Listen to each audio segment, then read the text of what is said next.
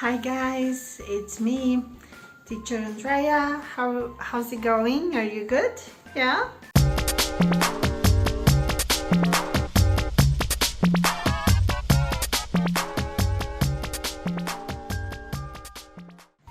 Hi everyone.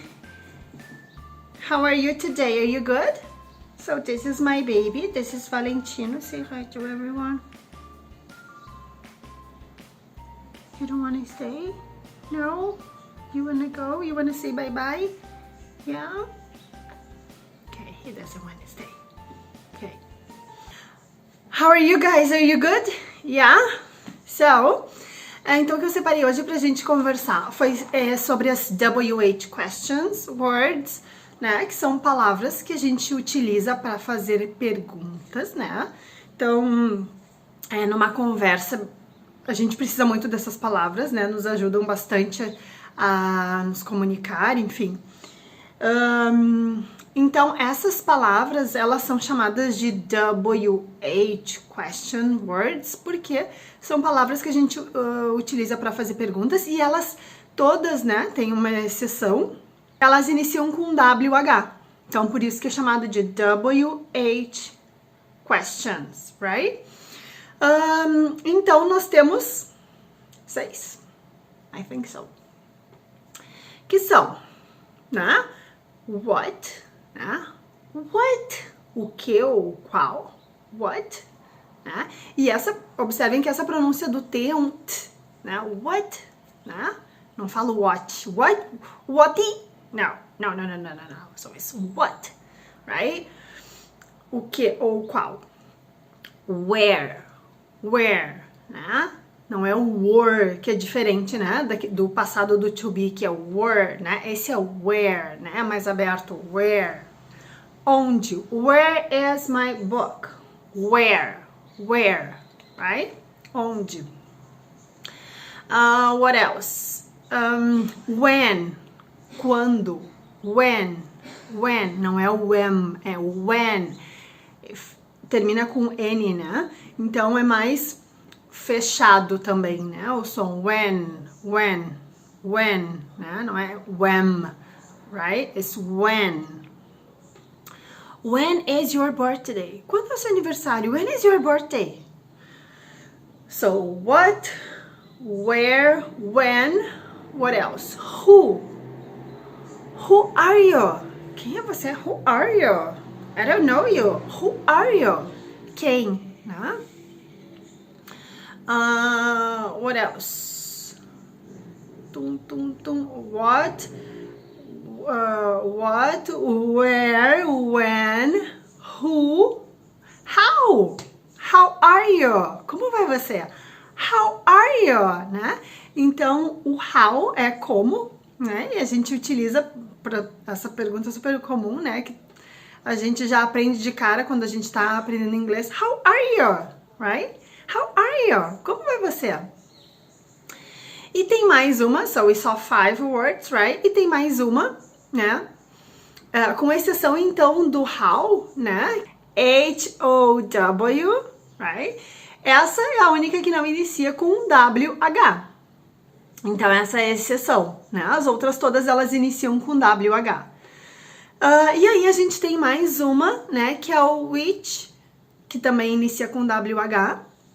E ela também é a mesma tradução do what, né? O que ou o qual.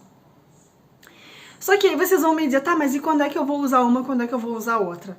Então, o which, ele vai ser utilizado, na maioria das vezes, quando a gente tiver que fazer alguma opção entre uma coisa e outra.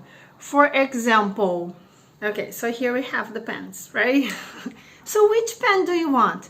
The red one or the black one? Which one? Right?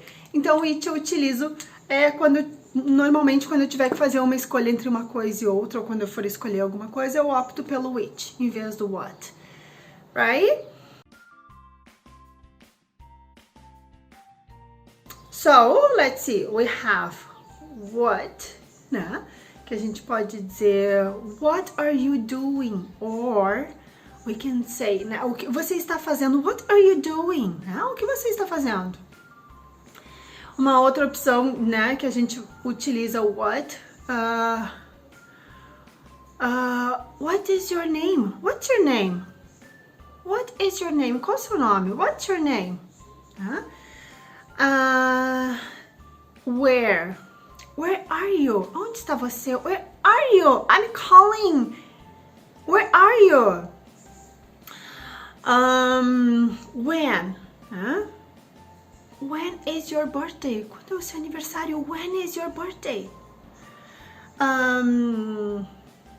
Then we saw how, right? How are you? Que não começa com WH. How are you? Are you good? Yeah? Who? Who are you? Quem é você? Who are you? I don't know you. Who are you? E aí a gente viu por último which, né? Que é a mesma tradução do what, né? E aí a gente vai optar por utilizar o which quando a gente tiver que fazer uma escolha entre uma coisa e outra, normalmente. Ok? Good? Então, assim, o bônus da nossa aula hoje, né? Eu peguei a expressão shut up, tá? Que é uma expressão, quando a gente usa fora de contexto, né? O shut up, na verdade, ele tem 3 situações, né? Pra quem já tá dizendo, ai, não, o shut up é cala a boca, right? Mas o shut up, ele tem umas 3 formas de ser utilizado, talvez, enfim, até mais, mas ele não significa só cala a boca, né? Shut up, né? Fora de contexto, sim. Se eu disser só shut up, né? Se eu estou dizendo, right? Então, eu posso utilizar, né, para não ser tão rude, se eu quero pedir para alguém, por favor, fique quieto, né? Eu posso utilizar o be quiet. Be quiet, right? É mais educado, né? Não é grosseiro, né? Posso utilizar be quiet. Então, essa é a primeira situação, né? E é a que a gente aprende normalmente primeiro, né, de todas. Mas eu também posso, o shut up, o shut, né, o shut up utilizado dentro de uma frase, né, ele vai se separar, né, e aí ele vai ter um outro significado. For example, shut the cabin up before you leave, please. Shut the cabin up before you leave. Fecha a porta do armário, bate a porta do armário antes de sair. Shut the cabin up before you leave, right? Então, é nesse sentido, de fechar, right? E a terceira, uma outra opção também, é de cercar ou limitar. For example, coronavirus shut us up inside, né? Or we could say, o coronavírus, ele nos trancou dentro de casa, né? Nos limitou dentro de casa, é nesse sentido. So, coronavirus shut us up inside, né? Então, observem também que o shut up, ele se dividiu na frase, né? Ele não ficou junto ali. Então, são essas, esse é o plus da nossa aula, o bônus, então, de hoje, com essa expressão shut up, right? Bye. Big kiss.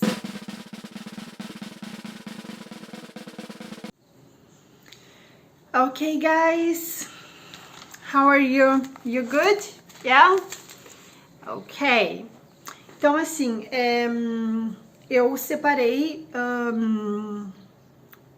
essa aulinha de agora, né? Essa explicação que eu vou dar agora, porque eu dei uma aula, né? Dei aula para os meus alunos desse assunto. E aí eu acho interessante a gente deixar registrado aqui para gravar, até porque às vezes surgem dúvidas, enfim, aí vocês podem voltar e rever, né, se tiver alguma dúvida, e aí pegam toda a explicação. Então, nós vamos conversar sobre 5 palavras, right? 5 words.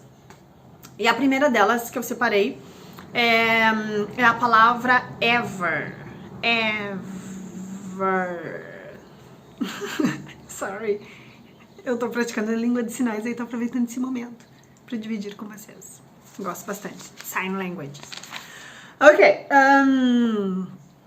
Então, assim, essa palavra é ever, né? Por que eu escolhi ela? Porque é uma palavra que surge, é bastante utilizada em diferentes momentos e surge bastante dúvida também, né? E parece que é uma palavra em inglês que ela tá sempre pipocando, né? Acho que a gente viu num vídeo anterior a whatsoever, né? Eu acho que eu tinha pego como um plus, né? Pra dar no final da aulinha.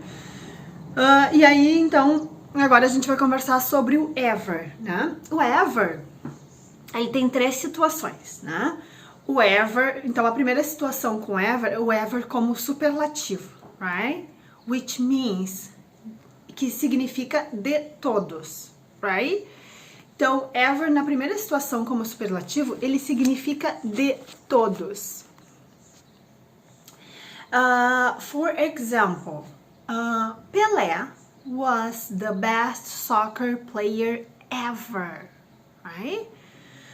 O Pelé foi o melhor jogador de todos. Pelé was the best soccer player ever. Se eu não tivesse o ever, né, no final dessa frase, Pelé was the best soccer player. Eu poderia dizer dessa forma, Pelé was the best soccer player, né? E estaria ok. Mas eu colocando ever na minha frase, Pelé was the best soccer player ever, significa de todos, right? For example, my mom is the best mom ever, right? A minha mãe é a melhor de todas, right? My mom is the best mom ever, right? Então, essa é a primeira situação do ever. É o ever como superlativo, que significa de todos, né? Eu posso também colocar o ever na segunda situação, so the second situation with ever. Então, a segunda situação com o ever, eu posso colocar ele para fazer perguntas, né? E tem até aquela música famosa, Ai, não vou cantar, gente, senão eu vou acabar com vocês. Mas eu não vou cantar, mas eu vou falar só o refrãozinho, até nem tô lembrando assim da melodia do ritmo, mas Have you ever seen the rain? I wanna know. Have you ever seen the rain? I'm sorry. Desculpa, pessoal, mas precisava mostrar assim. Então eu posso utilizar o ever com perguntas, né? E daí eu sempre, falando do ever, sempre me vem essa música na cabeça. E aí eu posso fazer a pergunta da seguinte forma: Do you ever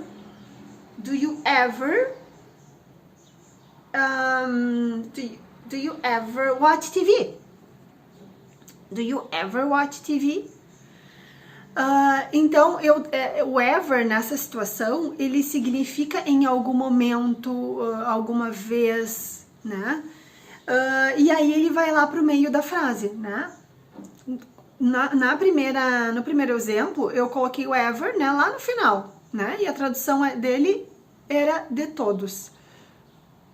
O ever, em frase, ele já vai pro meio da frase, né? E muda o significado um pouco. Então, significa em algum momento ou em alguma vez. Have you ever seen the rain? Or have you ever watched TV? Né? Em algum momento você assiste TV. Tipo, eu tô falando com a pessoa totalmente fora, alienada, né? E a pessoa olha pra mim e diz assim, nossa, tá totalmente fora da realidade, né? Have you ever watched TV? Então, em algum momento você assiste TV, né? So, here, hold on. Ok? Então, a terceira situação é o ever em frases negativas, né? Então, aí eu tenho duas opções. Ou eu vou utilizar o not mais o ever, ou eu vou utilizar never, né? Eu nunca vou usar not, never, né? Porque eu não vou negar duas vezes na frase. Então, ou eu utilizo not ever ou eu utilizo never. For example, she will not ever trust on you. Né? Ou eu posso contrair esse will not e dizer she won't ever trust on you. Ela nunca mais vai confiar em você. She won't ever trust on you. Né?